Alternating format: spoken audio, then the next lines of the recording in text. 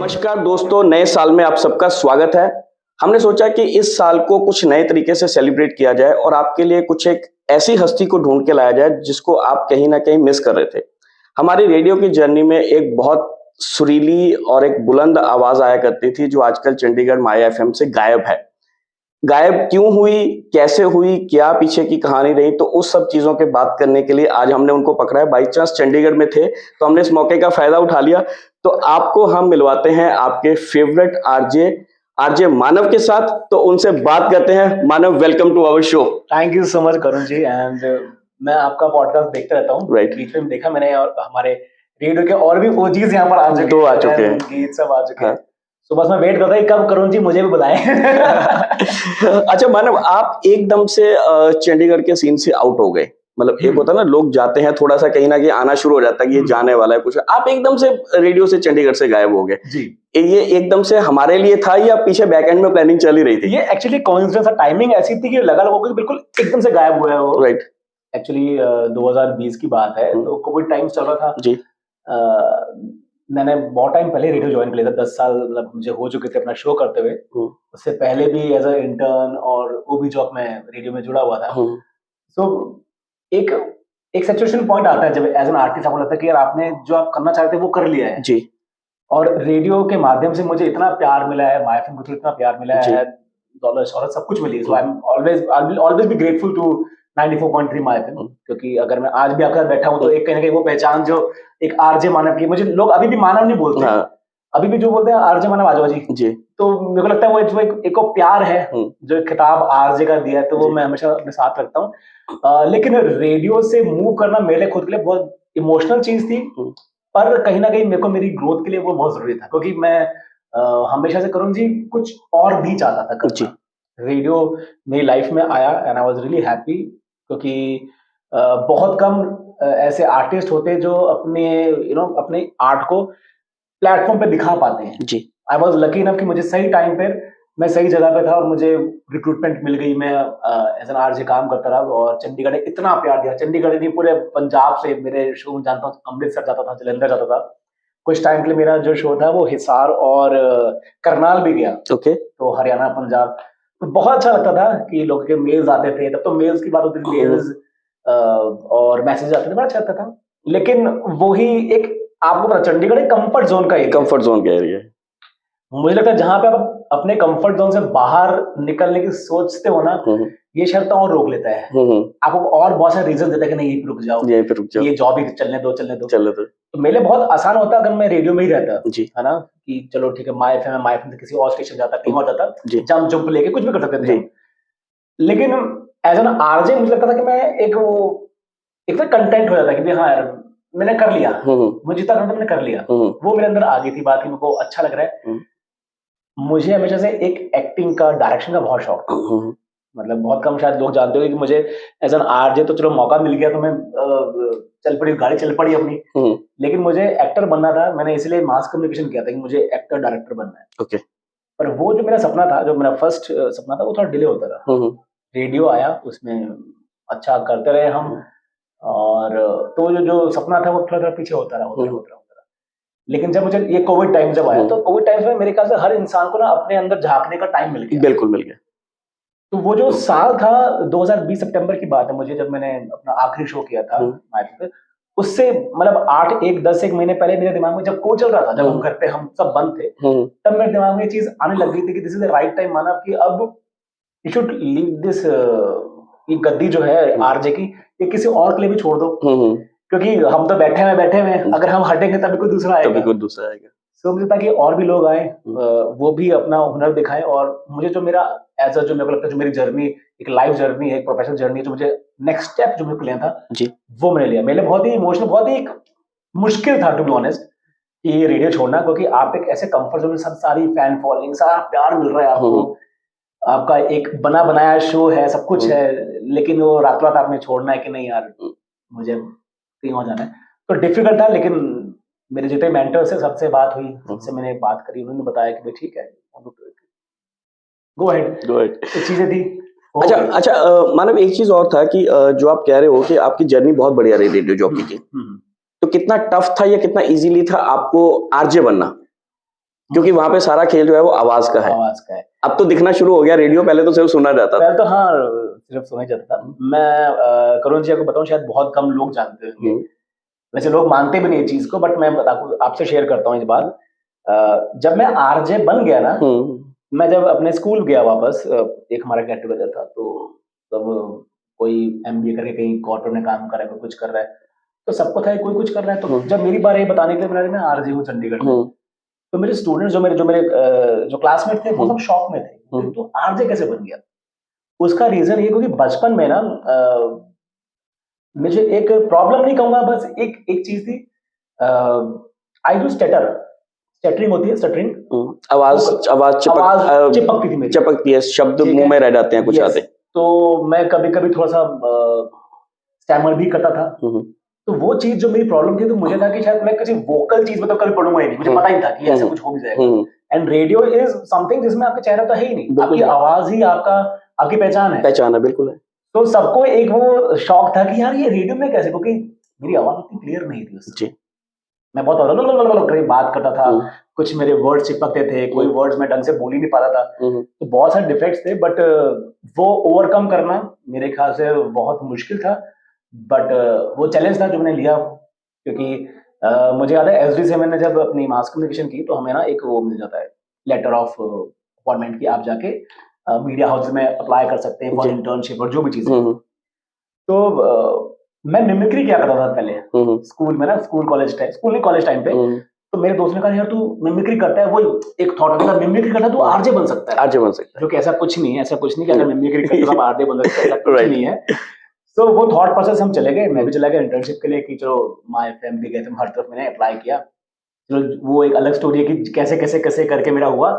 जब इंटर्नशिप पास होगी तब मुझे था कि मुझे इन टाइम में आरजे बनना है, मेरे को था कि रेडियो की फील्ड लूं मैं, वहां पे एड्स लिखूंगा मैं, एड लिखूंगा, एड्स लिखते मैं एड डायरेक्टर बन जाऊंगा, एड डायरेक्टर से डायरेक्टर बनूंगा, डायरेक्टर से मैं अपने आप को लॉन्च करूंगा एक्टर। ओके, क्योंकि मेरे नाम के पीछे जौहर नहीं लगा हुआ, कपूर नहीं लगा हुआ, खान नहीं लगा हुआ, मुझे खुद ही करना जो करना है। तो ये मेरा थॉट प्रोसेस था, बच्चों का जो होता है, मैंने भी यही दिमाग में लगाया कि चलो ये चीज करेंगे, टेढ़े मेढ़े रास्ते लेके, लेकिन पहुंच जाएंगे।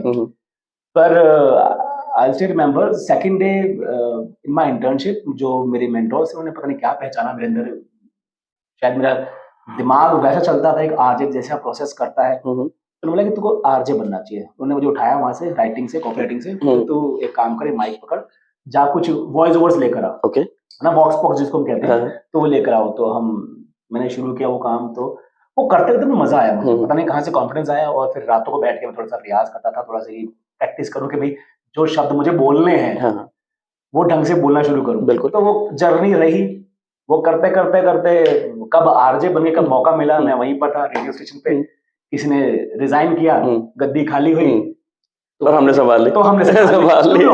इट वाज, मैं तो बोलता कि ये ब्लेसिंग है, ये हो गया। और वैसे भी ना आपकी इस बात से एक बड़ी पॉजिटिव चीज निकल के आती है कि अगर इंसान चाहे कि मेरे को इस फील्ड में एक्सप्लोर करना है, तो कुछ ऐसी ये छोटी मोटी चीजें कहीं बाधा नहीं आ सकती, अगर आप करने का ठान लो एक बार। हाँ बिल्कुल, हम ना ये बचपन सुनते आ रहे हैं कि अगर आप कुछ करना चाहते हो उसके पीछे लग जाओ, ठीक है, करते रहो, आपको जरूर मिलेगा।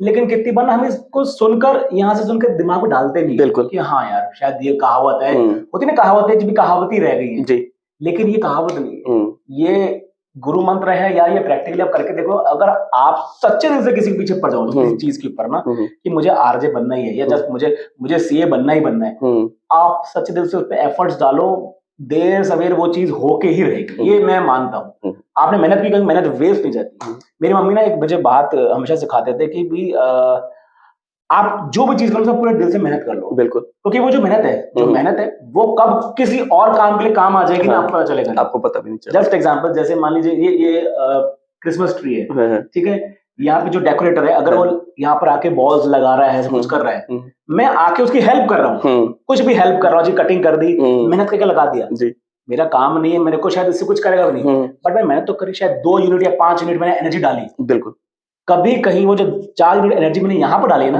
वो मेरी वहां पर आ जाएगी, यूज होएगी, जब मुझे उस एनर्जी की जरूरत होगी, तो मैं काम कर सकता हूँ। मेहनत करते रहो, मेहनत सच्चे दिल से करो, अभी कहाँ से हो जाएगी, यहाँ की कमी वहाँ बढ़ जाएगी कहीं पर।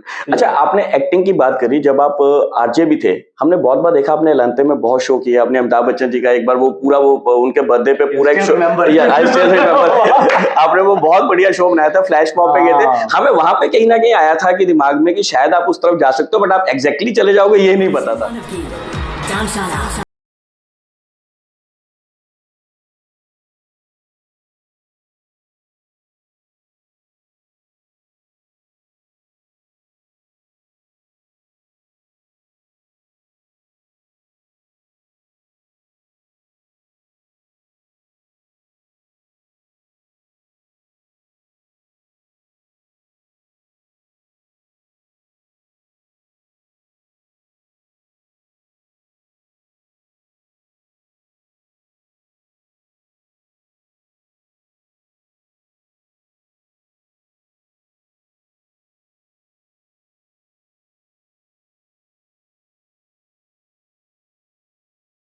बिल्कुल, मुझे अभी भी याद है 75th बर्थडे था बच्चन साहब का, तो एज अ हार्डकोर बच्चन साहब फैन बॉलीवुड, और आपने तो पूरा वो पान हाँ, पान खाई के पान वाली पूरी ड्रेस उस तरह से पहन के डांस किया था, आई स्टिल रिमेंबर। अकेले मैं ही नहीं करूँ जी, मेरे साथ MKD मतलब मानव की डांसशाला करके मेरा एक सेगमेंट था जिसमें मैं रेडियो के बाद अपने लिसनर्स को इनवाइट करता था कि आप आइए मेरे पास, हमारे स्टूडियो के पास में एक हॉल टाइप जगह थी जिसको हम कभी कॉन्फ्रेंसेस के लिए यूज करते थे, कभी उसकी टेबल हटा दी तो जगह ओपन जगह होती थी, वहीं पे सिस्टम लगा के मैं उनको कह रहा था कि आप आइए, आपको डांस सिखाऊंगा फ्री ऑफ कॉस्ट, कोई भी ऐसा नहीं कि कोई एज ग्रुप हो कि भाई आप 15 to 25, ऐसा कुछ नहीं। मेरे वहां पर 3-4-5 साल के छोटे बच्चे भी आते थे और बुजुर्ग जो 55 साल के 60 साल के रिटायर्ड हैं वो भी आते थे। हमारी मुलाकात एक ग्रुप में, हमारी मुलाकात तो ऐसी हुई थी, आपने कॉफी सेशन ऑर्गेनाइज किया था, मैं अपने दोनों बेटों के साथ आया था, मीट एंड ग्रीट, हम उसमें आए थे, तो वो एक बहुत ही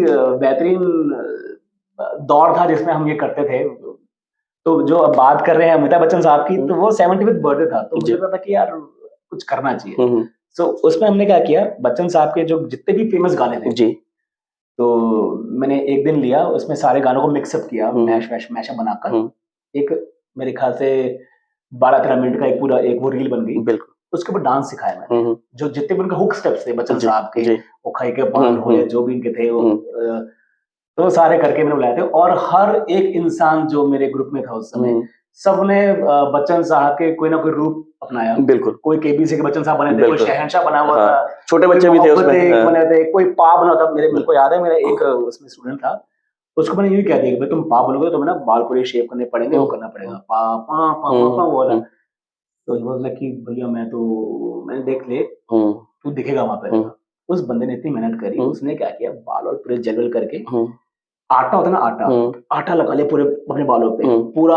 उसके ना वो ऐसा लगा गंजा सा है, बिल्कुल वैसे वो एक वो फैब्रिक आ गया, जब भी लगा दिया, शेव कर आया, आई वाज सो इम्प्रेस्ड कि यार इतना अच्छा, वो भी अलग दिखता है उसके अंदर। लड़कियां भी शहंशाह बनी हुई हैं, तो लड़के हो सब, वो कोई खुदा गवाह के बच्चन साहब बने हुए, कोई शहंशाह के, तो बहुत अच्छा था, वो बहुत ही अलग दौर पे था कि आपको वो 15 मिनट के लिए हर एक किरदार दिखेगा बच्चन साहब का, बिल्कुल डांस करता, बिल्कुल।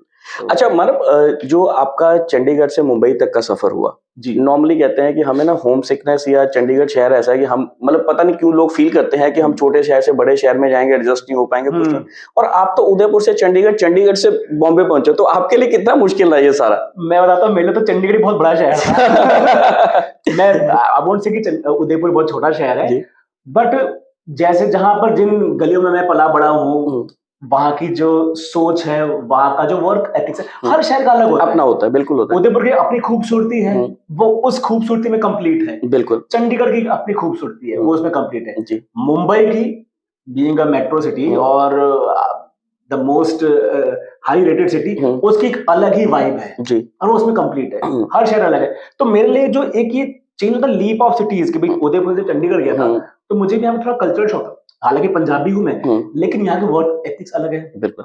यहाँ पे लोगों के जो रिएक्शंस है वो अलग है, चीजों को लेकर अलग है, उदयपुर में अलग होंगे, बिल्कुल, वहां प्यार से बोलेंगे, यहाँ तो ठा हो जाती है, वहां पे होता जी आओ पाजी आओ ना। तो यहाँ जब मैं मुंबई गया तो मुझे पता था कि वो चीज आएगी, मैं प्रिपेयर था उस चीज के लिए कि मुंबई के लोग कैसे रिएक्ट क्योंकि वो सिटी की वाइब होती है, हर सिटी की वाइब होती है, उस वाइब के अकॉर्डिंगली ही लोग रिएक्ट करते हैं। और वो रिएक्शंस को हम समझते हैं कि यार वो छोटा शहर है, बड़ा शहर है, बेसिकली लोग ही हैं, बिल्कुल वही 4 दीवारों के घर बने होते हैं, बस वही है कि आप कैसे रिएक्शंस है, वो रिएक्शंस जो एक कलेक्टिव रिएक्शंस बनते हैं, उसी से वाइब बनती है।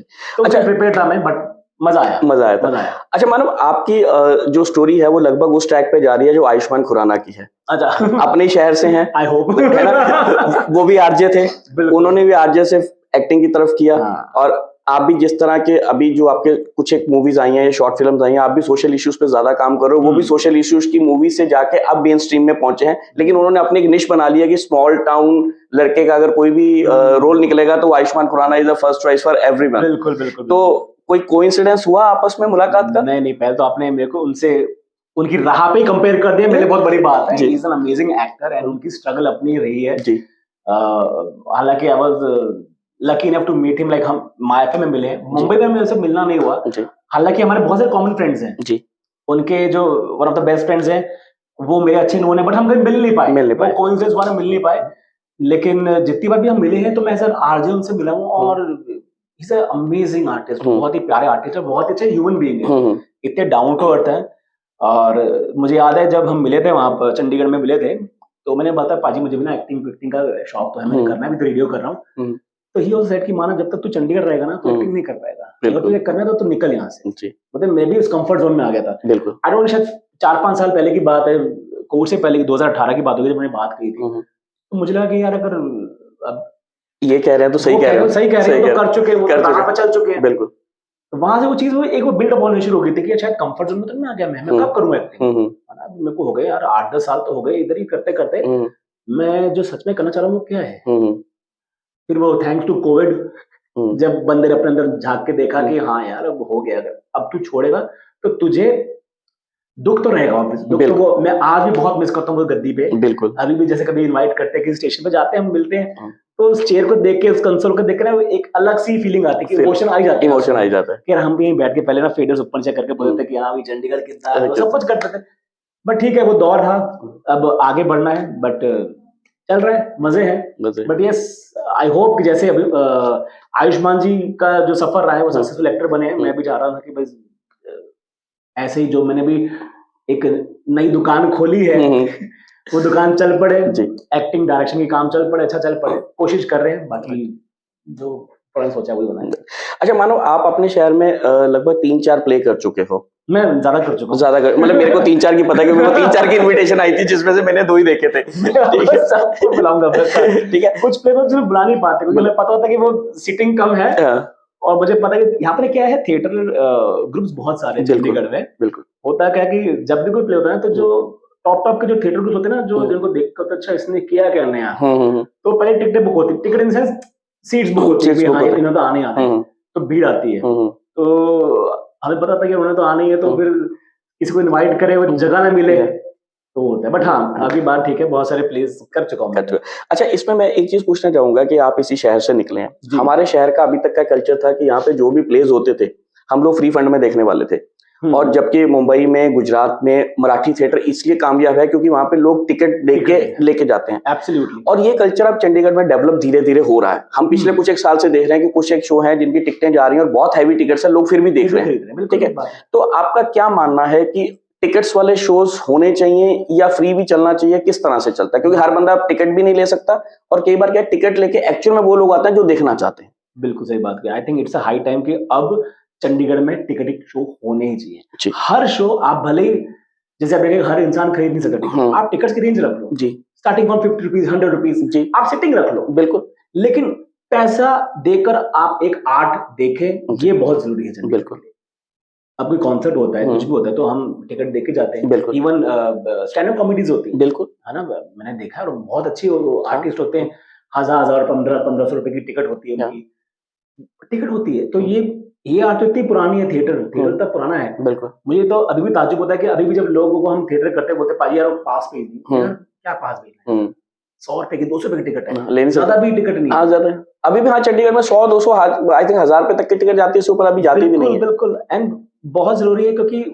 एक जो आर्टिस्ट है, एज एन थिएटर आर्टिस्ट की बात करूं कि आपकी अर्निंग, आप अपना पूरा टाइम दे रहे हो, पूरी लाइफ दे रहे हो उस आर्ट पे। लोगों को लगता है शायद एक्टिंग तो शायद इजी होगा, नहीं। और सबसे मजे की बात है, आप स्पॉन्टेनियसली सामने कर रहे हो, जो पिक्चर में आ रहा है वो तो कितनी बार कट्स के बाद वो आ रहा है, ये तो बिल्कुल आप सामने लाइव देख रहे हो, कहते हैं खाना बनता हुआ देख रहे हो कैसे बन रहा है। करुण जी, मैं जिन जिन ग्रुप में रहा हूँ वहां पे मैंने ऐसे ऐसे आर्टिस्ट देखे जो कि अपनी जॉब छोड़कर थिएटर फॉर्म कर रहे हैं, अच्छे अच्छे सरकारी नौकरी छोड़कर। मेरे एक बहुत ही करीबी दोस्त है, आप नाम करुण है, तरुण है, ओके, वो अपनी गवर्नमेंट जॉब छोड़कर थिएटर कर रहा है। ओके, ठीक है, ऐसे बहुत सारे और भी एग्जांपल होंगे। तो वो सब कहाँ से अर्न करें अगर वो ये मोटिवेशन नहीं रहेगा कि भाई यार चलो यार इतने हजारों की टिकटें बिकी हैं। एक मोटिवेशन चाहिए होता है, मोटिवेशन चाहिए, वो जरूरी होता है। और ग्रो करेगी अच्छी प्रोडक्शंस आपके सामने, एज ए ऑडियंस आपको भी मजा आएगा कि जब आपने एक टिकट देके एक अच्छी प्रोडक्शन देखी है जी, एक हाई रिच एक क्वालिटी प्रोडक्शन देखी है, आपको लगेगा कि सेट कितने खूबसूरत है। बिल्कुल, वो खूबसूरती जो है वो पैसे से आती है, पैसे से आती वो है, सेट्स बनते हैं, हर एक चीज बनती है। तो ये तो बिल्कुल वाजिब सी बात है कि भाई भले ही 50 रुपए हो 100 रुपए हो, एज पर द जो स्मार्टनेस आप जितना पे कर सकते हो कीजिए आप, बट कर पैसा जरूर लगाइए टिकट में। अच्छा, इसमें मानव एक चीज मैं जानना चाहूंगा कि जैसे आपने जानने का सोचा या आयुष्मान जी ने जब सोचा था, वो सबसे बड़ी चंडीगढ़ में प्रॉब्लम क्या है कि यहाँ पे ना अभी भी ढंग के एक्टिंग स्कूल्स नहीं है, या इस तरह से वो आप कह सकते हो ग्रूमिंग की इंस्टीट्यूट्स नहीं है जो होने चाहिए, जिस कारण से लोगों को लगता है कि अच्छा चलो डायरेक्ट नहीं तो पहले दिल्ली जाओ, दिल्ली जाके थोड़ा अपने आप को ग्रूम करो, थोड़े थिएटर क्लब्स वगैरह ज्वाइन करो, फिर धीरे धीरे मुंबई की तरफ शिफ्ट करो। आपको लगता नहीं है कि यहाँ पे ये वाला कल्चर भी डेवलप होना चाहिए? जैसे अनुपम खेर जी भी यहाँ से हैं, लेकिन उनके इंस्टीट्यूट है वो मुंबई में चलता है, वो चंडीगढ़ में क्यों नहीं एक उसकी ब्रांच खुलती? या सुभाष खेर जी ने अपना इंस्टीट्यूट खोल रखा है, वो ऊटी में खोल रखा है, वो चंडीगढ़ में क्यों नहीं है? तो जबकि अगर हम बॉलीवुड की बात करें, सारी बॉलीवुड इंडस्ट्री इस वक्त मोहाली में बैठी है, तो इस तरह का एक इकोसिस्टम बनना क्या सोचते हो आप? बहुत जरूरी है। यहाँ पर जैसे आपने कहा, यहाँ पर है एक्टिंग स्कूल्स है, लेकिन उतनी तादाद में नहीं है, या उस लेवल पे भी नहीं है। और मेरे ख्याल से यहाँ पर ना, मैंने सोचा जितना समझा है कि शायद लोग एक बार पैसा डाल के सेटअप लगा भी देते हैं जी, लेकिन अगर उनसे रिस्पॉन्स नहीं आता तो बंदा बोलता है छोड़ यार, मैं थोड़ा कट करके कम करते रहते हैं, फिर शायद और लोगों की हिम्मत नहीं होती खोलने की। मैं हालांकि खुद पर्सनली कभी किसी एक्टिंग इंस्टीट्यूट में जाके प्रोफेशनली मैंने एक्टिंग नहीं सीखी। मैंने भले रेडियो हो भले एक्टिंग हो, मेरा शायद रास्ता कोइंसिडेंटली वो रहा है कि जो रॉ रास्ता है। जब मैं रेडियो में गया तो मैंने कोई रेडियो इंस्टीट्यूट ज्वाइन नहीं किया था, मैं एज ए इंटर्न गया, एज ए इंटर्न मैंने ज्वाइन किया।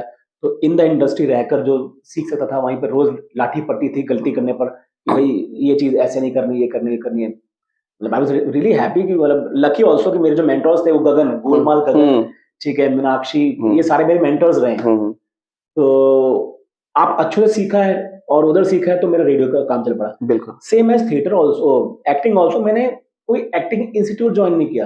आई वोंट नेम, मेरे को यहाँ पे फ्री में भी बोल रहे थे कि आप पाजी आ जाओ, अपनी क्लासेस चलती है फ्री वाले। मैंने थिएटर ज्वाइन किया, और थिएटर जब मैं गया तो मैंने जो मेरे जो टीचर थे उनको, मेरे दोस्त तरुण वो थिएटर कर रहा था, तो उसने बोला यार मानव ने ज्वाइन करना है, तो आप बोलते हैं अच्छा मानव, आरजे मानव बोलते हैं, और यार उसकी होप्स बहुत ज्यादा होंगी कि यार वो आएगा तो उसको शायद मुझे लीड में मिल जाए या कुछ ऐसा मिल जाए।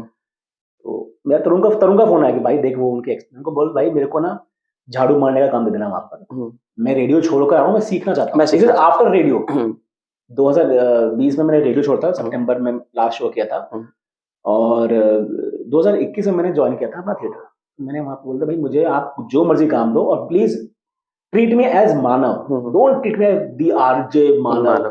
वो मेरी एक हिस्ट्री रही है, वो मेरे चलो अच्छा है, आई एम ब्लेस्ड कि वो चीज मेरे साथ रही है, पर यहाँ पे सीखने आया हूँ। यहाँ पर अगर आप मुझे थोड़ा शर्मा के घबरा के करेंगे किसी आप ये कर लेंगे तो बात नहीं बनेगी।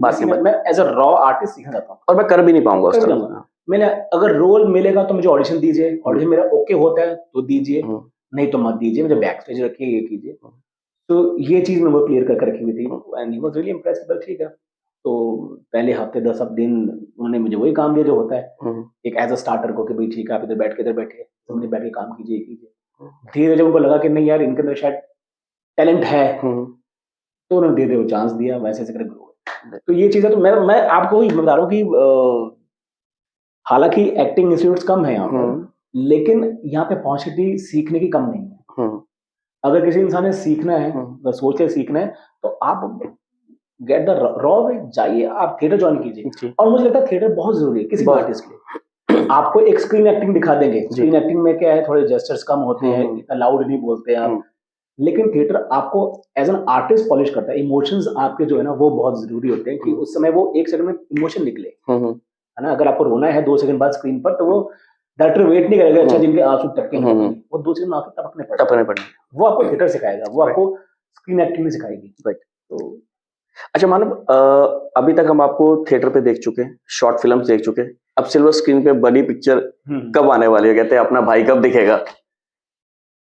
मैं भी वेट कर रहा हूँ to be honest, जल्द ही दिखेंगे।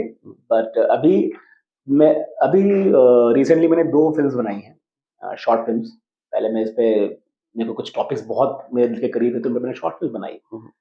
क्योंकि अभी भी मैं एक बहुत बड़ा फिल्म मेकर नहीं हूँ, बहुत बड़ा film maker in the sense कि जिसका बहुत पैसा हो गया, बहुत बड़ी बड़ी फिल्म बना ले जी। मेरे पास जितने सोर्सेज हैं उस हिसाब से मैं अपनी आर्ट दिखाना चाहता हूँ। मैं वेट नहीं करना चाहता कि मैं वेट करूँ कि जब मेरे पास अच्छा पैसा आ जाएगा, कोई बड़ा प्रोड्यूसर को मेरे को बैक करेगा तभी मैं एक मूवी बनाऊंगा। नहीं, मुझे पता है ठीक है मेरे पास थोड़ी बहुत सेविंग्स है, थोड़े बहुत मैं यार दोस्तों से कहीं से कुछ फाइनेंस ले सकता हूँ, कुछ करके तो मूवी बनाऊंगा। रिसेंटली इसी साल इनफैक्ट मैं 2023 की बात करूँ तो मैं जून में मेरी एक मूवी रिलीज हुई थी, शॉर्ट फिल्म थी। वो मेरी पहली मूवी थी जिसमें मैंने एज एन लीड एक्टर काम किया था। कमर्शियल फिल्म अगर मैं कहूँ, इससे पहले कुछ काम कर चुका बट वो इतना कमर्शियल नहीं था। और साथ ही साथ उसकी स्टोरी राइटिंग, स्क्रीन प्ले सब मेरा था। उसको डायरेक्ट मेरे दोस्त ने किया था, समर मल्होत्रा ने। और वो जो मूवी है हमने बना दी, हमारे दिल के बड़ी करीब था वो टॉपिक, एक सोशल इशू पे हमने मूवी बनाई थी। वो मूवी अभी पिछले साल तक 7 इंटरनेशनल फिल्म फेस्टिवल्स में अवार्ड एंड रिकॉग्निशन हासिल कर चुकी है। ठीक है, तो वो जब चीज हुई तो मेरे लिए बड़ा अच्छा लगा कि हाँ शायद मैं सही ट्रैक पर हूँ, मेरा काम अप्रिशिएट हुआ, मेरा काम अप्रिशिएट हो गया कि सही ट्रैक पे, अगर रेडियो छोड़ के इधर भी आया तो ठीक है। उससे पहले तक वो एक ना सेल्फ डाउट होता है कि यार भटका नहीं हूं मैं, मतलब रास्ते में नहीं, तो होता ना कि चलती दुकान छोड़ के। मेरे लिए तो ये था एक रिस्क फैक्टर। बड़े दोस्तों ने बोला कि भाई तू क्या कर रहा है? आप सोचो भाई, आपकी एक मिठाई की दुकान है एक मोहल्ले में, ठीक है, अमृतसर में एक मोहल्ले में आके चलती हुई दुकान है मिठाई की, सालों से चल रही है, लोगों की लाइन लगी होती है, रोज सुबह आके लस्सी पीनी। अमृतसर की बात करो पर हमारा ढाबा चलता है, जस्ट एग्जांपल है ना। तो वहां पर आपकी दुकान चल रही, लोकेशन है, सबको पता है, यहाँ पर नाम है, अब आपको चलता काम है जी, आना है, लोगों ने अपने काम करना है। रातों रात बिना किसी को बताए आपने शटर डाउन किया, नाम चेंज किया, वहां से मूव गए किसी और गली में, कोई और दुकान खोल ली, किसी और काम की, कपड़ों की दुकान खोल लीजिए मैंने। मेरे तो वो रिस्क है। तो वो जब तक वो चीज, ये चीज नहीं हुई ना पेस्ट वाली, तब तक मुझे लग रहा था कि यार मैंने हिम्मत कर तो लिया है, रिस्क ले तो लिया है लाइफ में। मतलब एक अच्छे मुकाम पे आने के बाद, रेडियो का एक अच्छा नाम बनाने के बाद भी रिस्क लेना, तो मेरे को था कि यार मैं तो ले लिया, कर लेंगे, देखेंगे। बट कहीं ना एक वो रह जाती है कि यार व्हाट इफ अगर ये चीज नहीं, तो क्या मैं वापस रेडियो पे जाऊंगा कि क्या करूंगा क्योंकि तब आपने सारे हथियार डाल दिए हैं कि ये सब कुछ नहीं, अब तो बस सोलो फाइट करनी, देखते हैं क्या होता है, करेंगे सब कुछ। तो बट जब ये हो गया तो लगा कि हाँ नहीं, तेरा कुछ ना कुछ बन जाएगा, हो जाएगा। अगर पहली मूवी कितने अवार्ड्स मिल गए, दैट मींस सही लाइन पर है, तू करता रहे बस।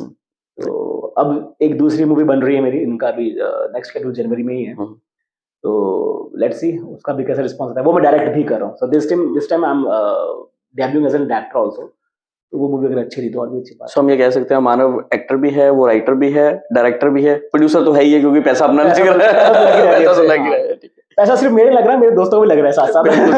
तो ये है, नहीं वो भी वही लगा रहा होगा ना जिसको आप पे भरोसा होगा कि हाँ ये पैसे कहीं ना कहीं यूटिलाइज सही करेगा, नहीं तो अदरवाइज कोई किसी को पैसा नहीं देता। नहीं बिल्कुल, इमोशन, भावनाएं और सहानुभूति सब देते हैं, पैसा वही देगा जिसको आपके ऊपर भरोसा होगा। बिल्कुल, इस मामले में आई एम ब्लेस्ड कि जब मैंने बोला कि मैं मूवी बना रहा हूँ, मुझे कुछ पैसों की जरूरत है, तो जो मेरे नोन थे, तू बना रहा है मूवी, चल ठीक है, कितना पैसा चाहिए? मैंने इतना सा चाहिए, मैंने आप स्टोरी नहीं, तू बना रहा है ना, बस ठीक है। तो वो विश्वास मेरे ख्याल से, वो जो एक कहते ना कि एक आपको हौसला मिल गया, और एक वो शायद कहने के जो मैं 10 साल में जो मैं रेडियो में काम कर रहा था, उसमें जो शायद एक छाप छूटी कि नहीं यार इंसान ठीक कर लेगा, तो शायद वो उससे मेरे को हो गया। सब प्रभु कृपा है तो चल रहा है। अच्छा मानव, आपकी जैसे आपने बात की, आपने मीनाक्षी की बात करी, आपने गगन की बात करी, आपने गीत की बात करी। गगन अभी वहीं पे हैं, गीत मूव ऑन कर चुकी हैं, मीनाक्षी मूव ऑन कर चुकी हैं। जी बिल्कुल। अगर मैं आपको 2 मिनट के लिए मतलब मैं टास्क तो नहीं कहूंगा, मैं वैसे कहूँ, अगर आपके साथ के जो साथी हैं उनको अगर एक 1 लाइनर एक्सप्लेन करना हो, अच्छा, तो आप कैसे करेंगे?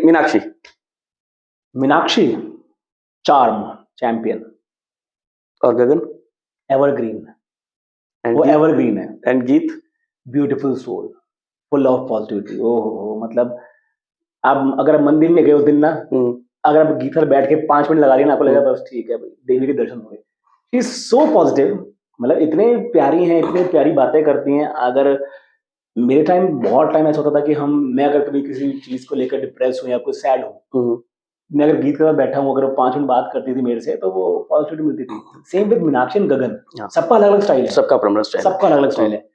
Meenakshi, she is very practical, she is very knowledgeable. मतलब आपको अगर किसी ने सीखना है कि रेडियो कैसे काम, किसी कैंपेन को कैसे हिट करना चाहिए, उनको मीनाक्षी को देखना चाहिए कि कैसे वो अपने काम को इतना प्रोफेशनल लेती है, क्योंकि वो तो कहाँ अच्छी है और बहुत तगड़े तरीके से वो प्रोफेशनली ये चीज करती है ना, उनके जैसा कोई और नहीं कर सकता।